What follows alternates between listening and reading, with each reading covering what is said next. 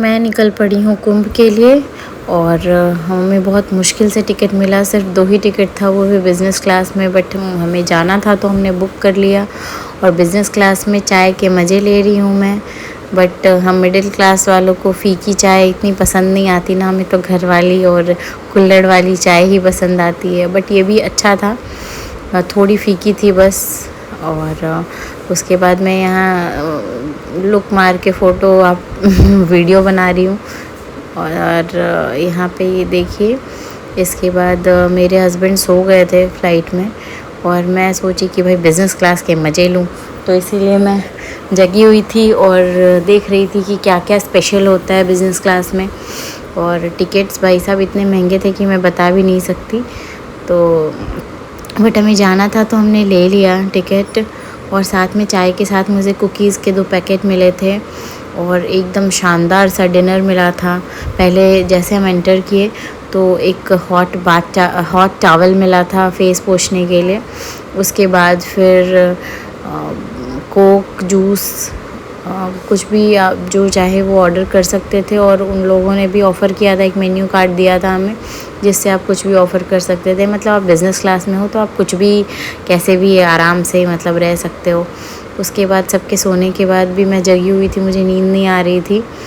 फिर हम लोग 2 बजे रात में पहुँचे थे और फिर सो गए थे। फिर उसके बाद होटल में, उसके बाद सुबह रेडी होके हम निकल गए थे कुंभ के लिए। तो हमारा फ़्लाइट चेन्नई से दिल्ली के लिए था रात में और फिर सो गए थे हम दिल्ली पहुंचकर। फिर दिल्ली से प्रयागराज हम लोग गाड़ी से गए थे। तो गाड़ी का हम लोग वेट कर रहे थे और हमारे साथ और भी 2 फ्रेंड्स हमारे जा रहे थे, तो उन लोग का वेट कर रहे थे हम। और उसके बाद फिर वो लोग आए और हम लोग प्रयागराज के लिए दिल्ली से निकल गए थे।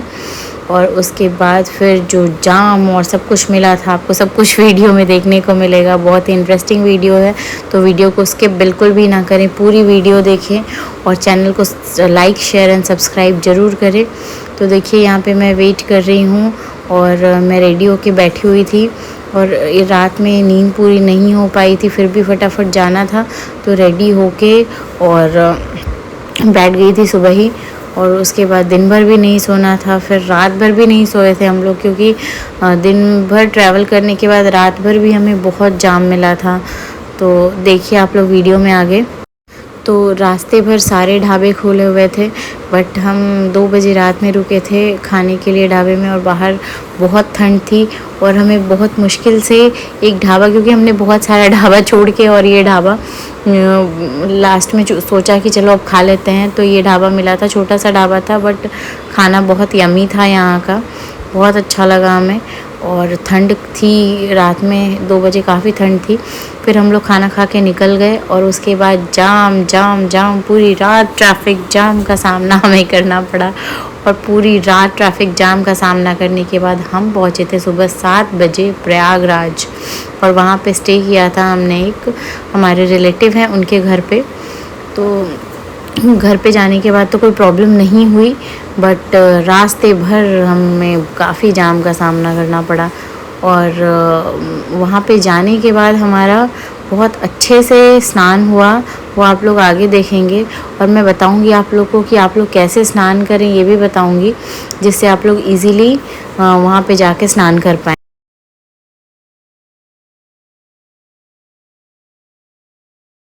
तो ज़्यादा सस्पेंस नहीं रखते हुए मैं बता देती हूँ आप लोग को कि हमने कैसे स्नान किया था। हम प्रयागराज पहुँच के और सुबह के 9 बजे हम 7 बजे पहुँचे, 1 घंटे रेस्ट करके, और हम 9 बजे तक रेडी होके निकल गए थे। बट हमें काफ़ी जाम का सामना करना पड़ा। फिर हम बीच में उतर के थोड़ा बहुत चाय नाश्ता भी किए थे और उसके बाद हम निकल गए थे स्नान करने के लिए।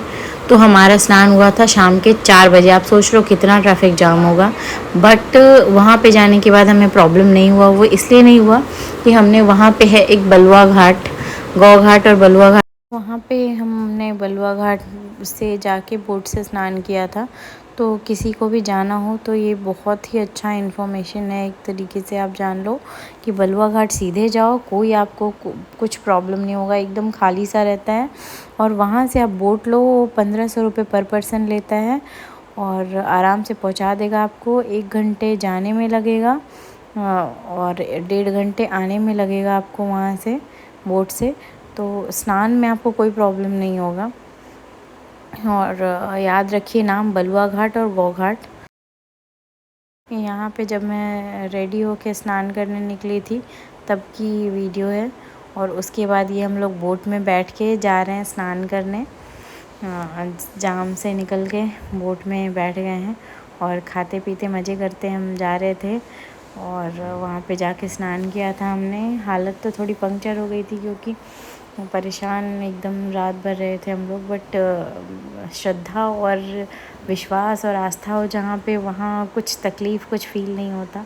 तो बहुत ही अच्छा अनुभव था। ऐसा लग रहा था कि हम और रुके और स्नान कर रहे थे तो निकलने का मन ही नहीं कर रहा था संगम से। वहीं स्नान करते रहे। इतना अच्छा अद्भुत अनुभव था, वो सिर्फ फीलिंग ही फ़ील कर सकते हैं आप लोग, शब्दों में बयान नहीं कर सकते। जिसने भी स्नान किया है उसे पता होगा कि वहाँ से निकलने का मन नहीं करता। इतनी अद्भुत, ऐसा लगता है सच में हम अमृत में ही स्नान कर रहे हैं। तो बहुत ही अच्छा लगता है, वो फीलिंग नहीं बता सकती मैं। और ये घाट का नज़ारा देखिए, ये जो है बोट ले जाके एक जगह पे लगाते हैं। इन लोगों के का बोट वालों का एक जगह है जहाँ पे एक बना हुआ है रैंप, जिस पे लोग चढ़ के और उधर उतर के फिर नहाते हैं।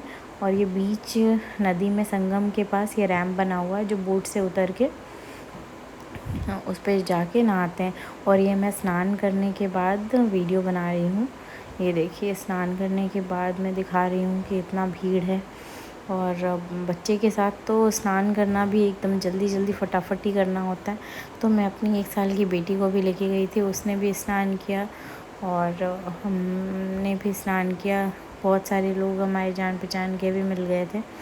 तो बहुत ही अच्छा लगा यहाँ पे स्नान करके। लगा चलो इस 144 साल वाले यज्ञ, इस महाकुंभ में हम शामिल हुए। ऐसा मैं सपने में सोचती थी कि मैं जा पाऊँगी कि नहीं। इतने दिन से सब लोग जा रहे थे, मुझे लग रहा था पता नहीं मैं जा पाऊँगी कि नहीं। बट आप कहते हैं ना, सच्चे दिल से जो चाहो तो भगवान फिर वो सोचते हैं कि भाई इतना मुझे याद कर रही है तो इसे तो बुलाना पड़ेगा। तो भगवान जी ने हमें बुला लिया। और उसके बाद फिर हम रुक के स्नान करने के बाद हम निकल गए थे वहाँ से। और कहीं रुक के हमने चाय पिया और कुछ नाश्ता किया था। उसके बाद हम सीधे घर चले गए थे सोने। फिर ये अगले दिन सुबह का है जिस दिन हम लोग प्रयागराज से निकल रहे थे। तो ये है नेत्राम, एक बहुत ही नाश्ता करने के लिए बहुत ही अच्छा जगह है इलाहाबाद में, प्रयागराज में, जहाँ पे आप बहुत टेस्टी कचौरी, सब्जी, जलेबी, रबड़ी, वहाँ की जलेबी रबड़ी तो मुझे बहुत ही यम लगी। तो आप लोग भी जाइए तो यहाँ ज़रूर खाइए, बहुत टेस्टी जलेबी रबड़ी थी। और कचौरी सब्जी भी बहुत ही अच्छी थी, बहुत मज़ा आया खा के। और साथ में हम लोगों को थोड़ा वेट करना पड़ा 5 मिनट, बट अच्छा लगा खाना। अगर वेट करने के बाद इतना टेस्टी खाना मिल जाए तो ऑब्वियस है ना कि अच्छा लगेगा। फिर हम निकल गए।